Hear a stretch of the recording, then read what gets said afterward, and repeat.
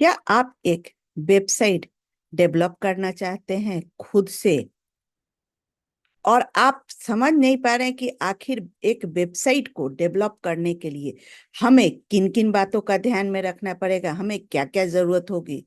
तो इस वीडियो के आखिरी तक बने रहिएगा। जी हाँ, मेरा नाम प्रीति वर्मा है और मैं डिजिटल स्रोत की रचयिता हूँ। मैं एक वेब डेवलपमेंट एक्सपर्ट हूँ।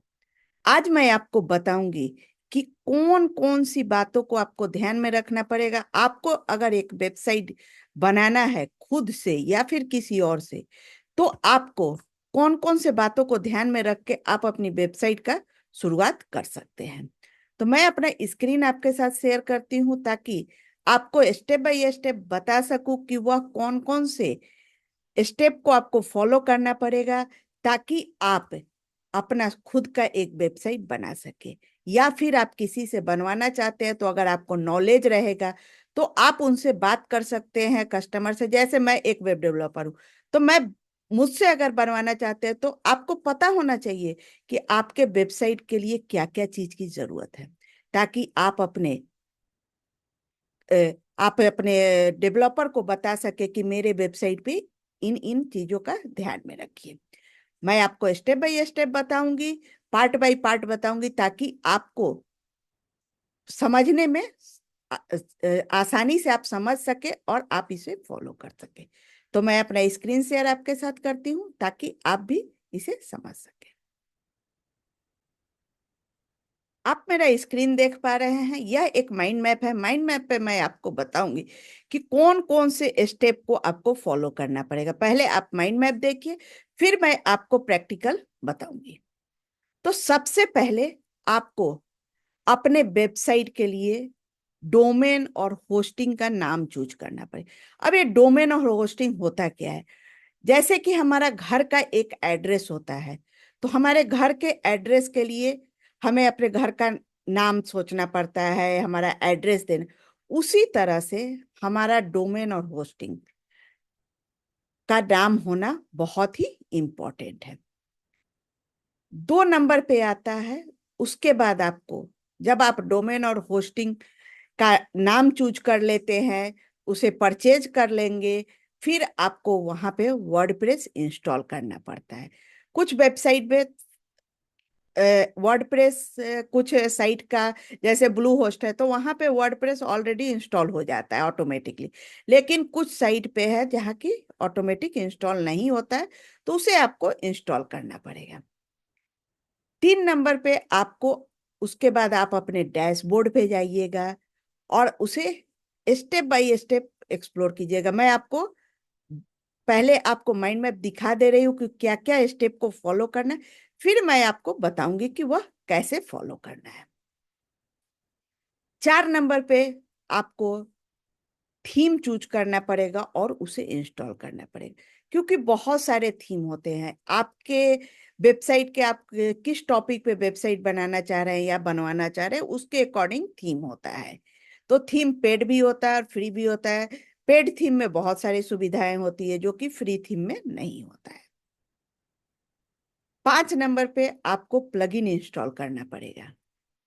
प्लगइन इंस्टॉल करने के लिए आपको जो जो प्लगइन की आवश्यकता होती है वह मैं आपको बताऊंगी कि एक नॉर्मल वेबसाइट के लिए हमें कौन कौन से प्लगइन की आवश्यकता होती है, तो उसे हमें इंस्टॉल करना पड़ेगा।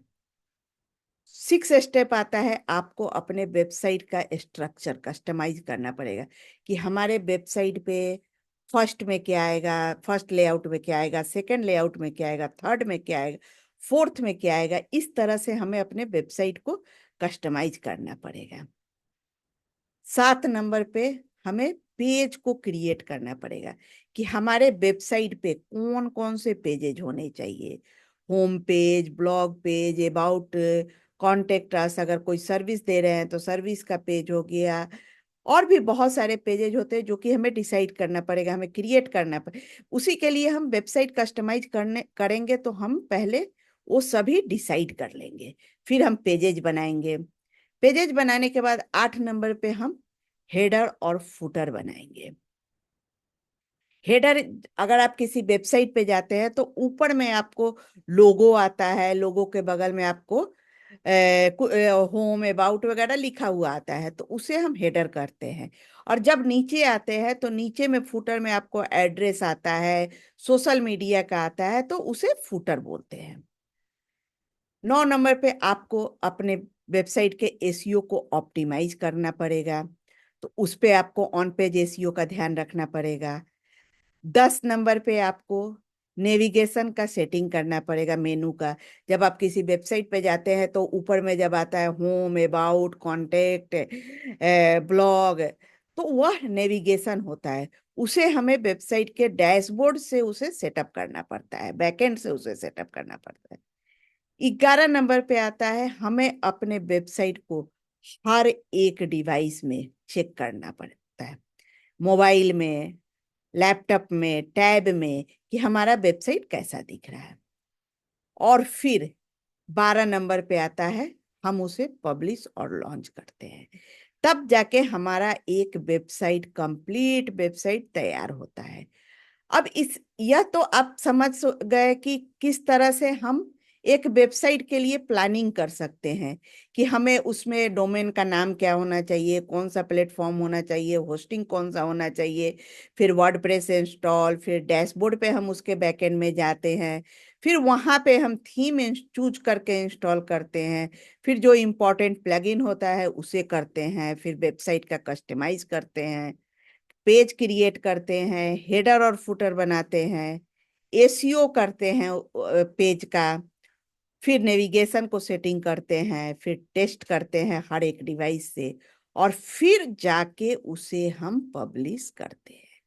तो यह जो 12 स्टेप है, यह 12 स्टेप को हमें एक वेबसाइट बनाने के लिए, एक नॉर्मल सा वेबसाइट बनाने के लिए, हमें इन 12 स्टेप को बहुत ही बारीकी से ध्यान में रखना पड़ता है। और उसे ध्यान में रख के हम अपने वेबसाइट को आसानी से बना सकते हैं। या फिर अगर हम डेवलपर को दे रहे हैं, जैसे आप अगर मुझे देते हैं, तो मैं, आपको पता रहेगा कि आपको क्या क्या चीज का करना है, तो आप अपने डोमेन का नाम चूज कर सकते हैं, आपको क्या क्या डलवाना है वह आप समझ सकते हैं। तो ये जानना एक डेवलपर के लिए, जो बिगिनर है उनके लिए भी जरूरी है, या फिर जो बनवाने वाले हैं कस्टमर, उनके लिए भी यह जानना बहुत ही जरूरी है कि आखिर वेबसाइट के अंदर होता क्या है, वेबसाइट में हमें किन किन बातों को ध्यान में रखना पड़ता है, कौन कौन से स्टेप होते हैं। इन सभी को फॉलो करके एक आप अच्छा सा वेबसाइट बना सकते हैं। या फिर आप अगर मुझसे बनवाना चाहते हैं तो डिस्क्रिप्शन में नंबर है, वहां से आप मुझे व्हाट्सएप कर सकते हैं या फिर कॉल कर सकते हैं। तो आज आप जाने कि एक वेबसाइट के लिए हमें कौन कौन सी बातों को ध्यान में रखना चाहिए, किन किन चीजों को फॉलो करना चाहिए, तब जाके एक हमारा वेबसाइट बन के तैयार होता है। आपको नेक्स्ट वीडियो में बताऊंगी कि कैसे हम डोमेन और होस्टिंग को परचेज करते हैं, चूज करते हैं, नाम और डोमेन और होस्टिंग को परचेज करते हैं। स्टेप बाय स्टेप मैं हर एक वीडियो में आपको बताऊंगी कि कैसे कैसे करते हैं। तो इस तरह वेबसाइट से जुड़ी हुई बहुत सारी जानकारी मैं लेकर आती हूँ और आती रहूंगी। अगर आपने मेरे चैनल को अभी तक सब्सक्राइब नहीं किया है तो सब्सक्राइब कीजिए, और बेल आइकन दबाना बिल्कुल मत भूलिएगा, ताकि जो भी मैं नया वीडियो अपलोड करूँ, इसके बाद जो मेरा नेक्स्ट वीडियो रहेगा उसे आप देख सके और आप उस स्टेप को फॉलो कर सके।